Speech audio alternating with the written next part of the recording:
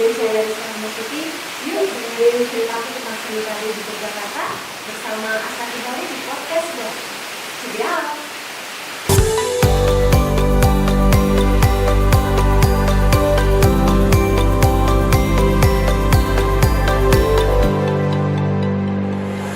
Ya, terima kasih kepada Kak Desiana yang sudah membuka podcast Sebuah Asa di playlist ngobrol yang kali ini sudah memasuki episode yang ke-8. Kak Desiana ini kalau saya ingat-ingat dulu tuh suka ini ya, apa namanya? Kesenian tari. Oh iya. Ya. Iya. Nah, di sini kan kita tahu bahwa kesenian tari itu di masa sekarang ini sudah agak mulai mulai ditinggalkan banyak orang lah, dan akhirnya mereka beralih ke kesenian tari yang sifatnya lebih praktis gitu. Jadi mumpung sudah ada orang yang cukup berpengalaman lah dalam bidang seni tari, di sini kita ingin tahu nih tentang bagaimana pengalaman dia melakoni kesenian tari ini, dan mungkin dia punya tips-tips tertentu supaya seni tari ini bisa kembali berkembang. Sebelumnya apa kabar? Alhamdulillah baik, terima kasih. Gimana kabarnya Kak Kitori? Alhamdulillah baik. Ini dari Jakarta ya? Iya. Dari Jakarta. Lagi liburan aja sih, ambil cuti gitu Mas. Semoga sehat-sehat selalu. Amin, terima kasih. Nah, di sini saya punya sebuah disclaimer. Saya di sini masih mengaku sebagai pemula. Jadi dunia bidang-bidang ini, apalagi memimpin di depan kamera, ini masih pemula. Jadi mohon izin, saya masih belajar tanya. Oh sama Mas, aku juga masih belajar, terutama juga di bidang seni tari juga saya sebenarnya belum expert aja karena hanya bermula dari hobi, dan ya alhamdulillah masih saya tekuni walaupun mungkin nggak seintens dulu. Jadi mungkin bagi pemirsa kalau misalnya ada yang kurang pas atau bagaimana, mohon maaf ya sebelumnya. Ya. Nah, yang pertama nih Kak Desi. Iya. Saya pengen tahu dulu nih, gimana sih awal mulanya Kak Desi itu kok bisa suka sama seni tari? Terus apa yang membuat akhirnya Kak Desi itu memutuskan untuk terjun ke bidang ini? Iya, jadi awal mula aku terjun di bidang tari itu sebenarnya dulu waktu aku masih SMP, itu saya ikut ekstrakurikuler gitu Mas. SD? SMP.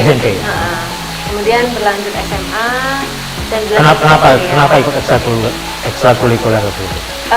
Dulu kan sering ya kita nonton di televisi ada para penari-penari yang expert misalnya seperti Didi Nitowo, dan menurut saya itu sangat amazing gitu, dan saya ingin bisa menjadi seperti beliau. Jadi saya mencoba dari ekstrakurikuler karena pada dasarnya secara basic keluarga saya nggak ada yang dari penari gitu Mas. Jadi memang bermula dari situlah saya ingin mencoba apakah saya bisa gitu. Ada kayak momen spesifik misalnya, keren nih gerakannya ini apa gitu, ada kayak gitu? Atau langsung suka gitu aja melihat tarian gitu? Ya kalau misalnya momen tertentu sih saya rasa seiring berjalannya waktu ya Mas. Jadi waktu kecil itu saya senang banget nonton reog, kalau di Bantul itu namanya jadilan gitu. Jadi waktu umur 5 tahun itu saya selalu bilang ke orang tua saya, ayo nonton jadilan, dan selalu ngikutin gitu loh. Mereka kan kadang ini ya berjalan dari satu desa ke desa yang lain gitu, nah pengen ikut gitu, dan kalau misalnya nggak diturutin saya nangis waktu itu. Iya, terus habis itu saya nonton jadilan, kemudian melihat para performernya, pakaiannya, dan sangat menghibur masyarakat, dan saya ngerasa kayak aduh pengen seperti mereka gitu sih. Jadi seiring berjalannya waktu sih sebenarnya. Nah, apakah Kak Desi ada punya tokoh inspirasi atau idola yang saya ketika melihat seseorang itu, wah aku suka nih sama orang ini tuh ada? Kalau khususnya di bidang tari, saya sangat ngefans pada maestro kita Didi Nitowo Mas. Jadi beliau ini bagi saya sangat luar biasa karena dedikasinya di bidang seni tari yang sudah beliau geluti dari puluhan tahun lalu, dan beliau bisa mengharumkan nama bangsa melalui kesenian tari. Mungkin ada punya pengalaman ketemu beliau mungkin? Kalau pengalaman sih, kalau ketemu langsung sih Pernah sekali waktu saya ikut lomba tari yang mengadakan ISI Jogja. Waktu itu saya masih SMA dan kebetulan beliau lewat. Nah waktu itu kan saya sedang prepare untuk Lagi tampil, pentas. iya untuk tampil lomba. Jadi ya nggak sempet foto bareng padahal ingin gitu kan. Sempat ngobrol Bang? Belum. Enggak. karena Oh, ya, cuman melintas aja. iya dan kayak apa ya tiba-tiba kita ngerasa waduh beliau gitu loh. Jadi kayak nggak tahu harus kayak gimana. Gitu. Artinya memang sudah dari cerita tadi itu sudah kayak jiwanya tuh memang udah mengarah ke seni tari itu udah Iya. nancep banget gitu. Iya, Ya. mungkin gitu ya. Ya mungkin satu lagi selain waktu aku kecil pengen nonton reok ikutan ngikutin para rombongan reok itu saya juga ini Mas hobi juga dandan gitu. Jadi kalau kalau di rumah ada peralatan makeup ibu saya tuh saya sering pakai walaupun ya hasilnya mungkin nggak jelas ya untuk anak kecil itu. Dan kalau ditanya kamu pengen jadi apa? Saya pengen jadi manten gitu. Biasanya kan, iya biasanya kan anak kecil manten apa manten? manten langsung manten. Jadi kan waktu itu kan rata-rata anak kecil pasti ditanyain mau jadi apa, jadi dokter, jadi pilot, polisi dan sebagainya. Nah waktu itu cita-cita saya jadi manten karena manten itu bagi saya merupakan sosok yang menarik ya, raja ratu sehari dan semua atensi menuju pada sosok manten. Nah mungkin dari situlah kayak ada korelasi, saya ingin jadi performer untuk tari dan di sisi lain ingin menjadi kayak sumber itu sebenarnya ingin menampilkan sesuatu gitu. Pengen show off gitu. Ya nggak show off juga sih ya, ingin tampil aja gitu. Nah padahal kan kita tahu kalau anak zaman sekarang ini seni tari itu bikin ngantuk, bikin apa sih ya, tinggal main HP, tinggal tidur bahkan gitu. Tapi kenapa kok maksudnya kayak ada nggak yang teman-teman tuh yang ngapain sih suka beginian gitu? Ada nggak ya? Iya, kalau menurutku sih kita juga suka itu mungkin pertama dari kita biasa dulu. Nah misalnya kalau pertama ngeliat kita udah nggak serk atau kayak gimana gitu ya agak susah juga, tapi setidaknya kita bisa menanamkan spirit bahwasanya sebagai suatu bangsa yang besar kita juga harus menghargai apa yang ada di dalam bangsa kita, salah satunya adalah budayanya gitu. Jadi bagaimanapun ya kita harus mengapresiasi dengan tetap nonton, kemudian tetap melestarikan gitu sih ya. Dan saya tuh juga tidak memungkiri kalaupun di luar sana ada yang malas atau yang apa sih kuno banget nari dan tapi ada pernah yang mencibir secara langsung? Kalau ke saya, alhamdulillah nggak ada. Nggak ada. Bahkan banyak yang mengapresiasi sih. Oh gitu. Iya. Iya, karena kalau saya itu kan aktifnya memang dari SMP, SMA, lalu puncaknya saat saya kuliah. Jadi waktu itu kan waktu kuliah saya tergabung di UKM Swagayugama. Nah di situ saya mengadakan expo bersama teman-teman kan, dan menawarkan kepada para mahasiswa baru. Salah satu cara saya untuk menawarkan ke mereka adalah teman-teman kan lagi di Jogja nih, masa teman-teman nggak mempelajari budayanya ataupun keseniannya, yuk kita gabung ya. Nggak mesti orang Jogja kan? Iya nggak harus, jadi semua itu terbuka dan daya tarik itulah yang membuat mereka bergabung ke UKM Swagayugama. Berarti nggak selamanya orang tuh masih mengesampingkan budaya tradisional tuh? Enggak, aku rasa sih sejauh ini memang masih banyak sekali yang orang-orang ingin berkecimpung maupun ingin melestarikan seni dan budaya. Tapi mungkin karena ketutup sama yang teknologi ini mungkin. Nah mungkin banyak faktor lah ya Mas ya. Ya kita juga tidak bisa memungkiri perkembangan teknologi, keterbukaan maupun juga kebebasan berekspresi kan.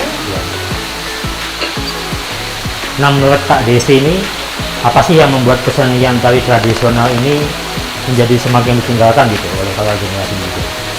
Sebenarnya kalau ditinggalkan sih nggak begitu sih saya rasa. Jadi kita melihatnya dari berbagai sisi. Mungkin ada sebagian orang yang memiliki ketertarikan di kesenian yang lain, tapi kalau saya kan spesifik ke seni tari ya. Nah masih banyak kok generasi muda kita yang ingin belajar tari. Bahkan teman saya ada yang buka les tari secara online lewat Zoom, dan itu menurut saya menarik sekali gitu. Yang cowok-cowok juga ada? Cowok-cowok pun ada. Ada? Ada. Karena kan kayaknya tari ini didominasi sama cewek. Oh, cowok pun ada. Jadi kalau yang laki-laki itu bisa alusan maupun gagahan. Dicampur nggak? Eh? Kelas cewek dan cowok itu dicampur atau dipisah? Oh, kalau kelasnya pasti dipisah ya. Karena Dipisah, kan? Karena kan memiliki karakter yang berbeda gitu. Tapi peminatnya yang dari laki-laki pun juga banyak gitu. Oh, banyak. Tinggi juga. Kan yayasan-yayasan tari di Jogja itu kan juga banyak kan, kayak Siswamung Pekso, Ujo misalnya, maupun UKM seni tari yang ada di kampus itu juga banyak sekali gitu. Atau untuk saat ini apakah sudah ada gerakan atau semacam program khusus yang mungkin Kak Desi tahu untuk bisa kembali melestarikan kesenian tradisional tari? Kalau upaya pelestarian sih sudah dilakukan banyak pihak ya, mulai dari mungkin masyarakatnya. Dari sisi masyarakat kan sudah banyak komunitas yang bergerak di bidang seni tari maupun budaya. Kemudian dari sisi pemerintah itu juga ada dana keistimewaan yang bisa digunakan untuk menguri-uri budaya. Dan di keraton pun sudah ada juga beberapa pagelaran-pagelaran yang terbuka untuk masyarakat, sehingga melalui pagelaran-pagelaran tersebut bisa menjadi sarana mengapresiasi maupun melestarikan seni dan budaya. Anak mudanya ya juga banyak yang Oh, banyak sekali. Berbagai, maksudnya kayak SD, SMP, SMA berjenjang gitu. Iya. Ya. Kalau misalnya di salah satu yayasan siswa misalnya Siswamung Pekso itu kan peminatnya pun ada yang dari SD, SMP itu juga banyak yang peminatnya. Tapi oh ya. Oh, jadi mungkin memang dibilang ditinggalkan tuh ya nggak selamanya benar gitu. Iya, menurut saya sih nggak selamanya benar sih, karena di sekitar saya tuh masih banyak yang Banyak. Iya. Termasuk di Jakarta juga? Kalau di Jakarta itu ada komunitas-komunitas misalnya kayak Kagama Beksan. Jadi itu komunitas alumni kampus saya yang bergerak di bidang tari. Yang di Jakarta? Iya. Ya. Iya, ada Kagama Beksan Jabodetabek, Kagama Beksan Bekasi misalnya. Itu ada per sektornya gitu. Nah, Kak Desi kan tahu nih bahwa ternyata sebenarnya kesenian tari itu sebenarnya tidak benar-benar hilang gitu. Dan mungkin salah satu yang menyelamatkan kesenian tari ini adalah hadirnya aplikasi. Ya kalau saya boleh sebut TikTok ya, yang paling banyak digandrungi anak-anak muda ini.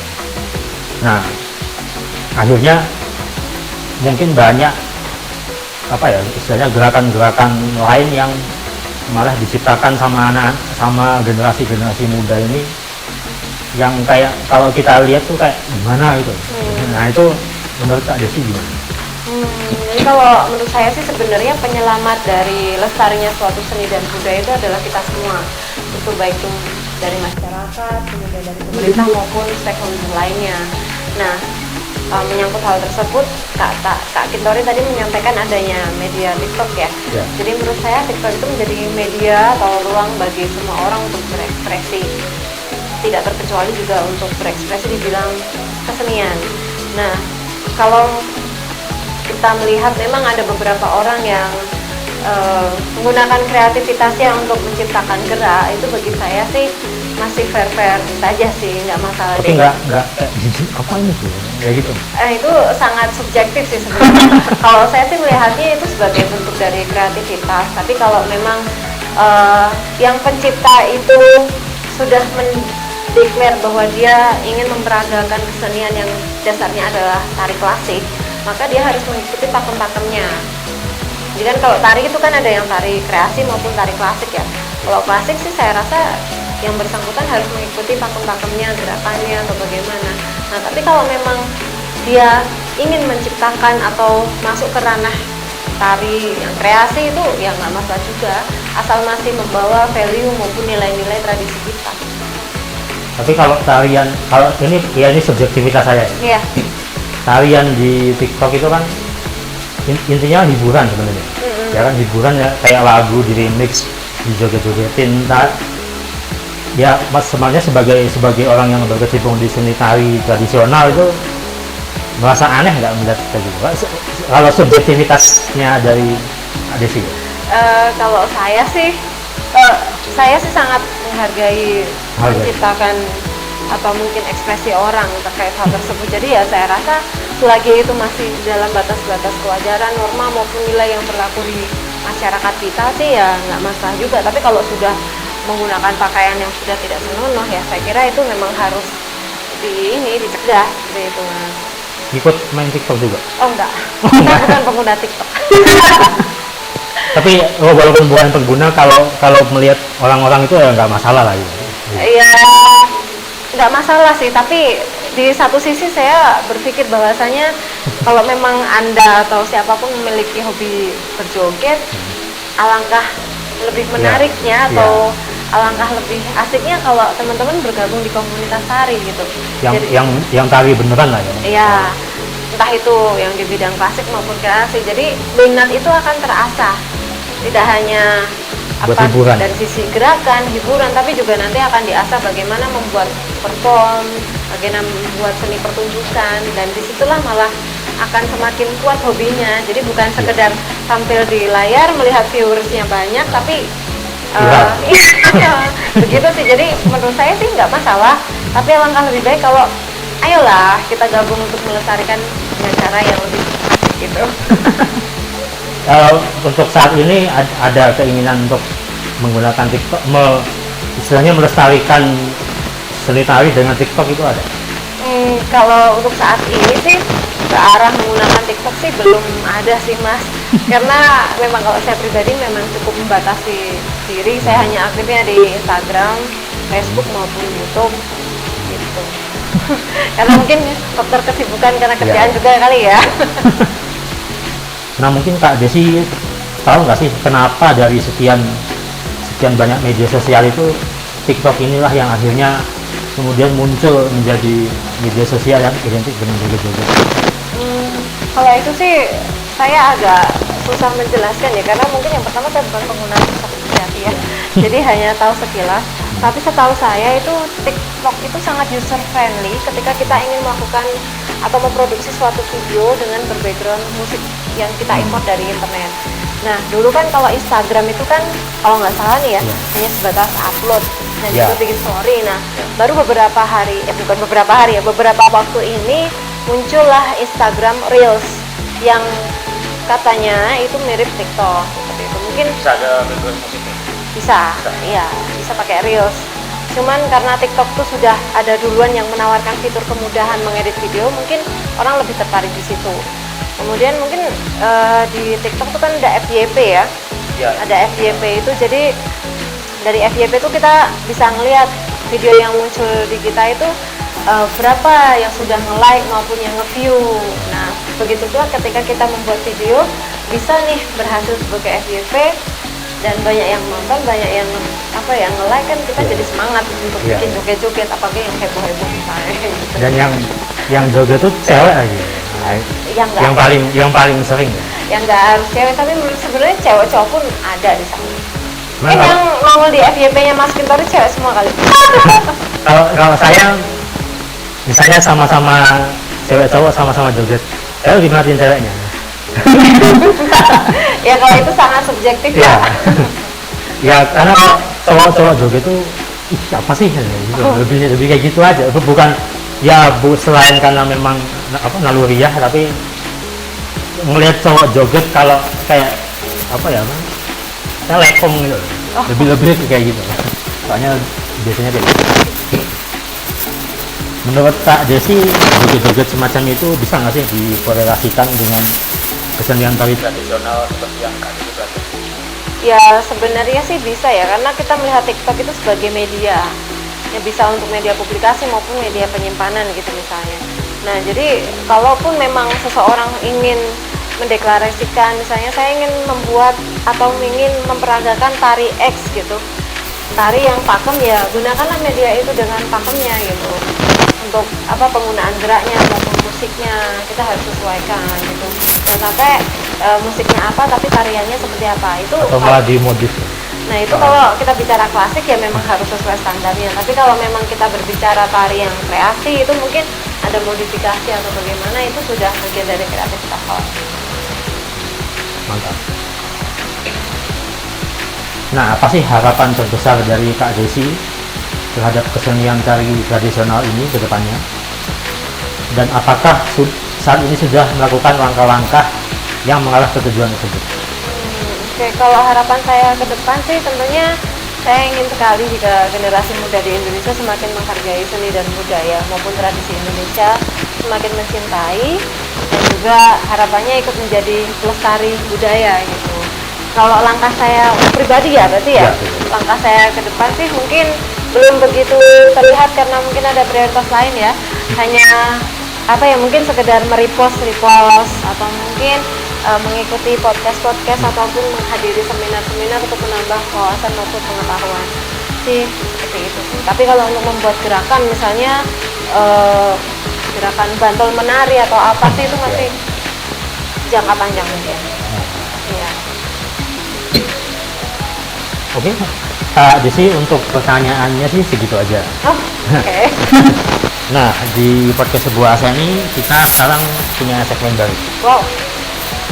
Dan segmen ini baru saya namakan beberapa waktu lalu. Namanya adalah sebuah trivia.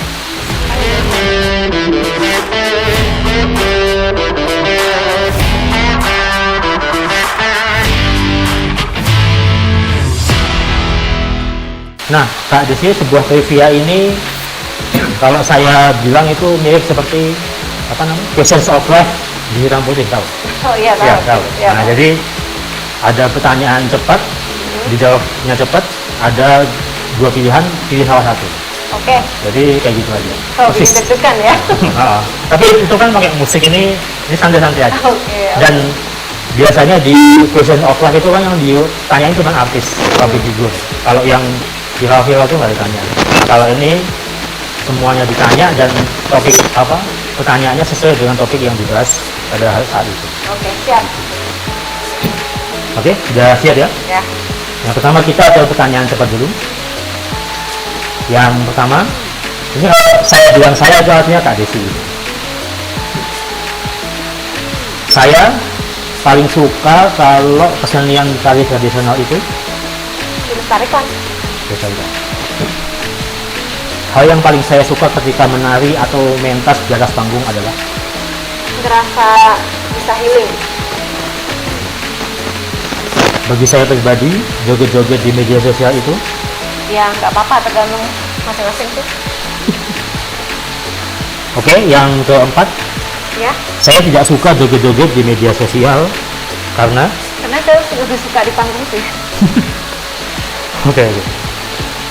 Yang terakhir, saya yakin kesenian tari tradisional akan kembali berjaya asalkan Semua pihak mau bergotong royong maupun mau melestarikan bersama-sama. mantap. Oke, Kak Desi, untuk yang kedua ini adalah pilihan. Jadi ada dua pilihan, tinggal jawab salah satu aja. Oke. Yang pertama, menari di atas panggung di hadapan presiden atau menari di aplikasi TikTok sambil mention akun presiden. Menari di atas panggung di hadapan presiden dong. Yang kedua, tarian tradisional atau tarian modern. Tradisional. Latihan tari di sanggar atau pendopo atau latihan tari di rumah. Untuk saat ini latihan tari di rumah. Tapi sukanya? Di pendopo. Yang keempat, nari pakai musik atau nari tanpa musik alias improvisasi. Pakai musik. Yang terakhir, emak-emak joget sambil masak di dapur atau anak kecil joget saat pelajaran di kelas. Mama joget di dapur. Boleh tahu sedikit tadi yang nari tanpa musik atau improvisasi itu? Iya. Apa sih kesulitannya kalau nggak pakai musik? Kalau nggak pakai musik tuh gimana ya?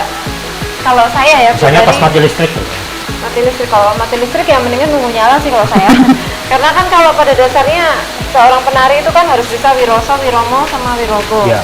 Wiroso itu kayak membawakan rasa dari tari, bahagia dan sebagainya. Nah, wiromo kemudian kita bisa mengikuti sesuai dengan irama. Wirogo kita bisa mempraktekannya dengan baik, sempurna sesuai pasalnya. Nah, ya untuk bisa mendapatkan feel-nya, mendapatkan wiromonya kan saya butuh iringan juga gitu. Lebih ke Tapi situ sih. tapi pernah nggak latihan tanpa musik tuh? Kayak saya pernah dengar tuh kayak lebih menjiwai lah bahasanya, itu benar nggak? Kalau latihan tanpa musik, kalau untuk saya sih mungkin hanya yang sifatnya hafalan gitu ya.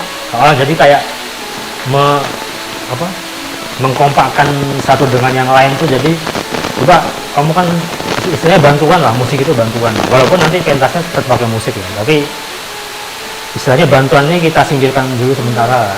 Jadi coba sekarang tanpa ini bisa nggak, apa nggak gerakannya gitu. Nah, Kayak gitu. misalnya kalau itu biasanya tari berkelompok pun kalau kami Ya. latihan gitu, misal hitungnya 1, 2, 3, 4, 5, 6, 7, 8, 1, 2, 3, 4, 5, 6, 7, 8.